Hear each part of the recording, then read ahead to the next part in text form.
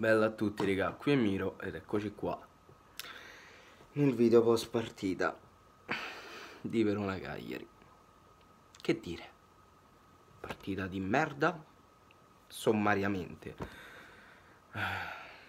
Veramente partita bruttissima. Cagliari che nel primo tempo non esisteva, tolto il gol, ma praticamente il Cagliari non ha combinato un cazzo, nonostante anche il Verona fosse rimasto in 10. Tra l'altro espulsione secondo me giustissima, perché è un intervento orribile.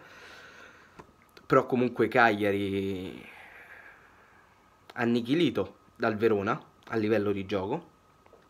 Nel secondo tempo abbiamo fatto più noi, ma quello che facevamo noi principalmente era possesso palla sterile e le classiche cose da Cagliari. Infatti la domanda che mi sono fatto e che ho fatto anche durante la live con l'Eccelso è: ma è veramente l'allenatore il problema del Cagliari? Perché da Rastelli in poi, chiunque sia arrivato, il concetto è rimasto sempre lo stesso, la solfa è sempre la stessa.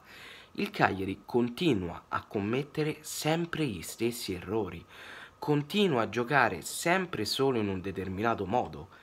E come è arrivato il gol? Su una sponda di testa, una cosa che il Cagliari non fa praticamente mai. Lì è ovviamente stato bravo anche Simeone a colpire bene la palla, a farla rimbalzare per terra, in modo da renderla un po' più imprevedibile. Però il Cagliari gioca costantemente allo stesso modo, siamo telefonatissimi. Infatti l'impatto di Zenga non c'è stato.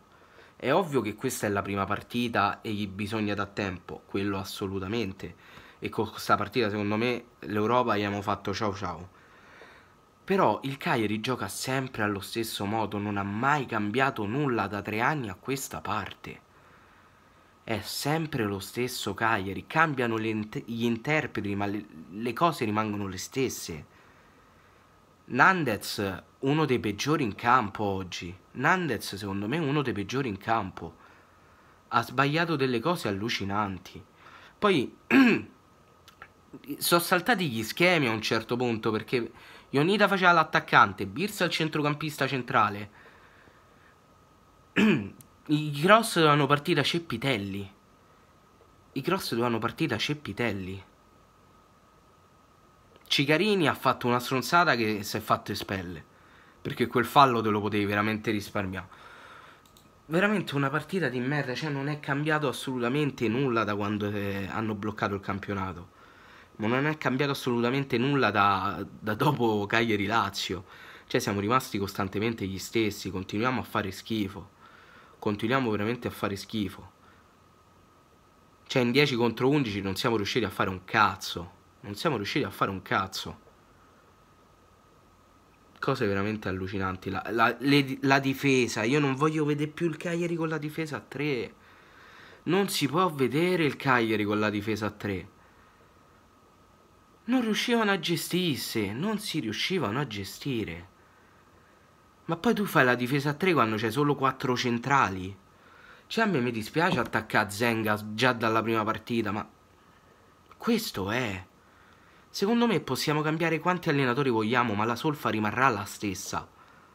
Altro che carattere, qui il carattere non serve a un cazzo. Non serve più a un cazzo il carattere, perché tanto la squadra sempre gli stessi errori fa. E sempre le stesse cose continuerà a fare.